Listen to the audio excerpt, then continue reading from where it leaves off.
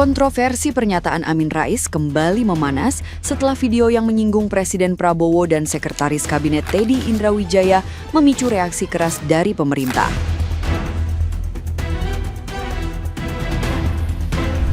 Melalui pernyataan resminya, Menkom Digi Mutia Hafid menilai isi video tersebut sebagai fitnah hoaks dan bentuk pembunuhan karakter yang berpotensi memecah belah masyarakat.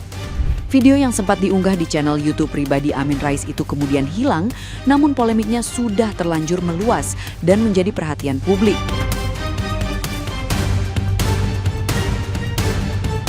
Menanggapi hal tersebut, Amin Rais tetap bersikukuh bahwa pendapatnya merupakan bagian dari kebebasan berpendapat dalam demokrasi.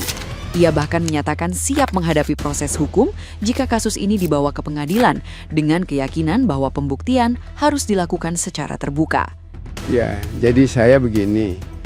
Saya pertama tentu yakin demokrasi itu berjalan baik kalau kebebasan mengeluarkan pendapat yang dijamin oleh Undang-Undang Dasar kita itu tidak dibatasi, tidak diberangus. Nah, kemudian yang namanya negara demokrasi, orang berpendapat itu boleh bertentangan dengan penguasa yang resmi, bertentangan dengan kelompok rakyat yang lain-lain itu. Tetapi apa? Jadi point of konfliknya itu, point of perbedaannya itu adalah yang bersangkutan dengan nasib bangsa. Saya diberitahu ahli-ahli hukum itu Komdigi tidak berhak. Jadi yang berhak itu si Teddy. Nah, itu baru akan dibawa ke pengadilan. Dan di pengadilan saya akan yakin sekali. Tunjukkan, saya minta beberapa dokter spesialis apakah betul dia itu gay atau bukan. Nah, gitu aja, nanti kita ngobrol-ngobrol lagi. Ya, begitulah kata Amin Rais.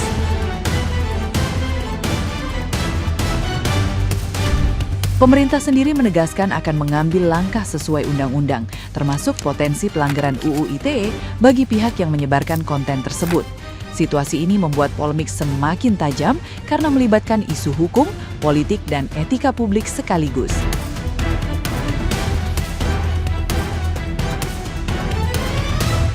Nah, gimana nih menurut netizen yang terhormat? Silakan berkomentar ya. Saya barusan nonton video mirip Pak Amin Rais. Saya nonton lagi. Saya nonton lagi. Kok aneh ya? Ini apakah benar ini Amin Rais tokoh reformasi, tokoh senior bangsa? Masa bicara dengan tudingan-tudingan tak mendasar, kasar seperti ini ke pejabat negara lagi, generasi muda lagi? Iya, yang bicara tentang Masa Skaplat Kol Teddy itu. Tapi kalau yang belum nonton sendiri. Karena saya ragu, masa sih Pak Amin Rais ngomong gini. Terus kemudian ini tuh pesan komunikasinya disampaikan ke siapa? Ke Pak Prabowo kah? Atau ke Mas Seskap kah? Tapi pertanyaan mendasarnya nih, bener gak ini Amin Rais? Karena sebagai sosok senior bangsa, saya yakin banget Pak Amin Rais pasti akan memberikan masukan-masukan positif, memberikan contoh yang baik. Kalau beneran ini nggak AI, saya yakin Pak Amin Rais mau minta maaf ini supaya tidak terlalu gaduh, tidak membuat isu-isu liar. Kalau menurut saya sih, janganlah kalau ada yang mau bikin AI kayak gini pakai tudingan-tudingan nggak mendasar, bikin gaduh kita lagi pusing cari duit nih. Sama nih untuk hari pertamanya dalam 80 tahun Indonesia merdeka, negara sama rakyat sama-sama pusing cari duit. Ya. Saya kira hal yang seperti ini tidak sepantasnya keluar dari mulut seorang tokoh publik sekelas Amin Rais, yang mana Amin Rais juga banyak sekali yang mengidolakan dan menjadikan beliau sebagai panutan. Menuduhkan sesuatu kepada seseorang tanpa dasar dan alasan serta bukti yang jelas itu merupakan fitnah. Dan ini adalah merupakan pelanggaran terhadap Undang-Undang ITE, khususnya pada pasal 27A, yang mana di sana menerangkan tentang menyerang kehormatan dan kepribadian seseorang. Nah, ini kalau seandainya Teddy mau melaporkan, tentu saja bisa masuk di proses ini Amin Rais. Namun, kekurangannya adalah hal yang semacam ini bersifat delik aduan, kawan-kawan. Kendati pun memang di ranah media sosial sudah heboh karena statement Bapak ini, tapi kita tidak bisa melakukan apa-apa. Yang bisa melakukan sesuatu itu hanya Teddy-nya secara langsung. Jadi kalau teman-teman mau, mari kita desak pihak-pihak yang memiliki kepentingan dan pemangku kepentingan, kalau bisa diproses lah. Karena rakyat itu sudah jengah terhadap narasi-narasi ngawur seperti ini. Kami tidak menginginkan ruang diskusi kami dinodai dengan fitnah-fitnah dan narasi penuh kebencian seperti ini. Ini sudah terang saja adalah merupakan ujaran kebencian dan juga fitnah, tuduhan tanpa dasar. Bagaimana menurutmu? Fitnah keji Amin Rais kepada Presiden Republik Indonesia, Bu Titi, hingga Seskap, sekalipun sudah di take down, itu nggak bisa menghapus jejak digital. Dan itu nggak termaafkan. Sesuatu kalau sudah di-upload ke platform digital, ke media sosial, itu nyebarnya cepet banget. Dan parahnya, ketika konten itu adalah fitnah kebencian, pasti dampaknya menimbulkan kericuhan di publik.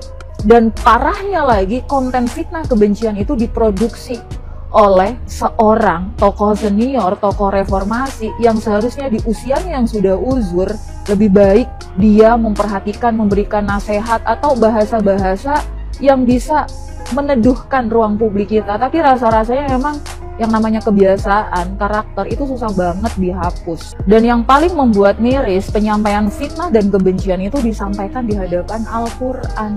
Pak, saya yakin Bapak adalah orang yang paham agama, yang seharusnya juga sadar sungguh tentang al-fitnatu asyaddu minal qatl, bahwa fitnah itu lebih kejam daripada pembunuhan. Bapak sedang fitnah, sedang membunuh karakter pemimpin bangsa ini yang Allah.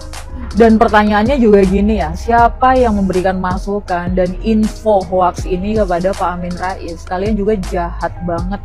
Kalian mendorong beliau menyampaikan sebuah fitnah, bahasa-bahasa kebencian untuk memprovokasi publik dengan fitnah-fitnah ini. Yang konten itu kalian setting sedemikian rapih, kalian jahat. Dan yang paling penting juga adalah agar hal ini menjadi pembelajaran bagi semuanya, tidak berulang dan tidak kebiasaan setelah mengupload sebuah fitnah bahasa kebencian dan sudah tersebar kemana-mana, cukup dengan di take down-nya konten tersebut.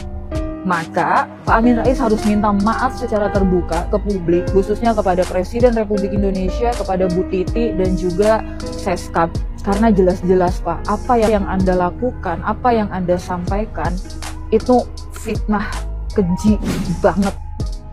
Video fullnya kalian cari sendiri ya. Intinya di sini Pak Amin Rais meminta kepada Pak Prabowo atau presiden kita mencopot atau memecat Teddy.